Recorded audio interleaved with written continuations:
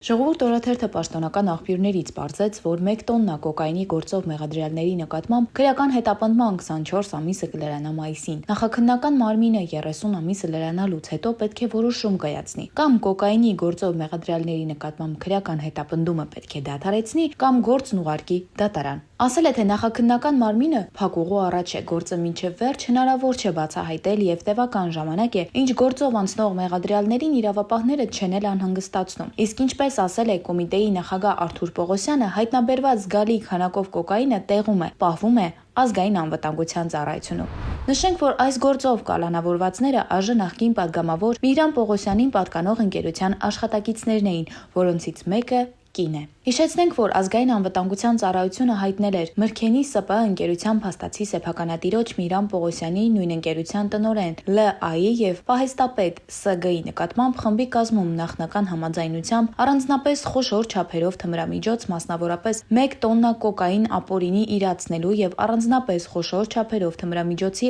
մաքսանենգություն կատարելու համար Հայաստանի Հանրապետության քրեական օրենսգրքի համապատասխան հոդվածներով հանրային քրեական հետապնդում հարուցելու մասին։ Վերջիններիս նկատմամբ որպես խափանման միջոց ընտրվել է կալանքը, սակայն քրեական գործով կալանավորվածների տնային կալանքի ժամկետը լրացել էր եւ աղմկահարույց գործով բոլոր կալանավորվածները ազատ էին արձակվել։ Նախկին падգամավորի նկատմամբ հայտարարվել էր հետախուզում։ Իդեպ այս բացահայտումից 1 տարի անց ԴՀԿ նախկին պետ Միհրան Պողոսյանը հայտարարել էր, որ կոկայինը եղել է 1 տոննայից ավելի, բայց փաստաթղթերի մեջ նշված է 730 կիլոգրամ։ Այդ դեպքում ինչ է եղել 270 կիլոգրամը։ Ըստ նախկին падգամավորի իր աշխատակիցներն են դա ստուգել, սակայն հետագայում հիշյալ 270 կիլոգրամի մասին որևէ տեղ չի նշվել։ Այն անհետացել է։